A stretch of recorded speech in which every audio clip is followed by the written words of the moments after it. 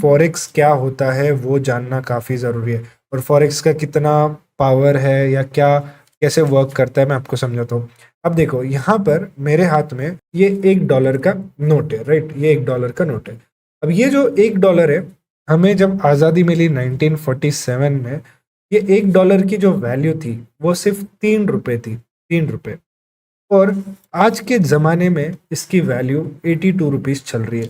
मतलब अगर मैं 1947 या मतलब चलो कोई और डेट पकड़ो, 2000 पकड़ो, 2000 में ये 30-40 रुपीज़ थी। तो ये अगर मैं 2000 में ये नोट मेरे पास रखता, ठीक है, तब मैं इसको 30 रुपए को खरीद सकता था। 30 रुपए को मुझे ये एक नोट मिलता, और अभी तक मैं होल्ड करता। इस नोट की वैल्यू 80 रुपए हो गई थी, 82 रुपीज़ इस नोट की वैल्यू हो गई है। दैट मीन्स मुझे 52 रुपीज़ का प्रॉफिट इन सालों में हो गया।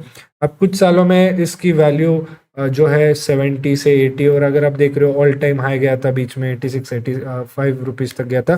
तो ये जो है डॉलर INR, इसकी वैल्यू तो कम ज़्यादा होती रहती है। सो ये जो करेंसी है, एक करेंसी से लेकर दूसरी करेंसी की जो वैल्यू है वो कम ज़्यादा तो होती रहती है। इसे हम फॉरेक्स बोलते हैं या फॉरेन एक्सचेंज बोलते हैं, और इसी के अंदर हम जो है ट्रेड करते हैं। बट मुझे क्योंकि बहुत सारे लोग जब फॉरेक्स का कंटेंट आता है, आधे लोग बोलते हैं ये इलीगल है, आधे लोग बोलते हैं इलीगल है। तो मैं आपको यहाँ पे एक्सप्लेन करता हूँ कैसे ये वर्क करता है। देखो, फेमा यानी फॉरेन एक्सचेंज मैनेजमेंट एक्ट के अकॉर्डिंग उन्होंने कहा कि आप डायरेक्टली INR से फॉरेन ब्रोकर्स या फॉरेन करेंसी में आप ट्रेड नहीं कर सकते, या आप पे नहीं कर सकते वहाँ पे। तो इससे ये जब रूल आया उस टाइम, तो बेसिकली डायरेक्टली ऐसा हो गया कि हम यूरो USD JPY इस पेयर्स में ट्रेड नहीं कर सकते।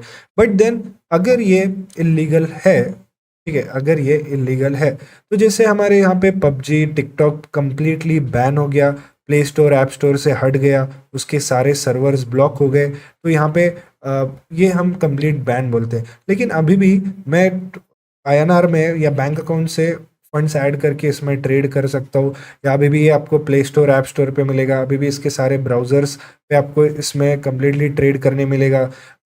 IPL में ये स्पॉन्सर होता है, टीवी एड्स में आता है, बड़े बड़े ब्रांड्स को ये ब्रोकर्स स्पॉन्सर करते हैं। इंडिया के कितने तो इवेंट्स, मूवीज, हर जगह ये ब्रांड्स आके अपना प्रेजेंस दिखाते हैं। मतलब ये इंडिया में कम्प्लीटली रन हो रहे हैं, अच्छे से वर्क कर रहे हैं, डिपॉजिट विड्रॉल्स कम्प्लीटली सेफ चल रहा है। मतलब मेरा ये व्यू है, अगर पूरा ही बैन होता तो फिर ये सब कैसे चलता। अब मैं आपको अगर स्टैट्स के बारे में बात करेंगे तो मैं आपको कुछ स्टैट्स बताता हूँ। तो पहली चीज़, अगर आप देखोगे इसका जो ग्लोबल फॉरेक्स मार्केट्स, अगर 2022 के स्टैट्स देखोगे, तो इसका डेली का टर्नओवर $7.5 ट्रिलियन है। ये डेली का इसका टर्नओवर है। उसके बाद अगर हम बात करेंगे, इसकी जो साइज है 30 टाइम्स है यूएस और US स्टॉक और बॉन्ड मार्केट मिलाकर। 1.93 क्वाड्रिलियन इसका पूरा ग्लोबल वर्थ है इस मार्केट का। और फिर यहाँ पे कंट्री वाइज कितने ट्रांजैक्शन होते हैं ये दिखाया गया है। उसके बाद अगर आप बात करोगे इसकी, इसमें 170 प्लस करेंसी पेयर्स ट्रेड हुए जाते हैं, जिसमें 7 करेंसी पेयर्स 85% से ज़्यादा वैल्यू कर बनाते हैं, इस वॉल्यूम क्रिएट करते हैं, जो कि USD, यूरो, येन, GBP, yuan, Canadian dollar, Australian dollar है। बाकी इसमें कितने पेयर्स में USD जो है बहुत डोमिनेट करता है, 88% सारे फॉरेक्स ट्रेड का वॉल्यूम USD से आता है। नेक्स्ट अगर यहाँ पे देखेंगे कंट्री वाइज, आप देख सकते हो कि मोस्ट ट्रेडेड करेंसी पेयर्स यहाँ पे बताया गया। तो यहाँ पे बेसिकली ये नॉर्मल स्टैट्स है, इसका मैं बहुत सारे एडवांस वीडियोस फ्यूचर में बनाऊंगा।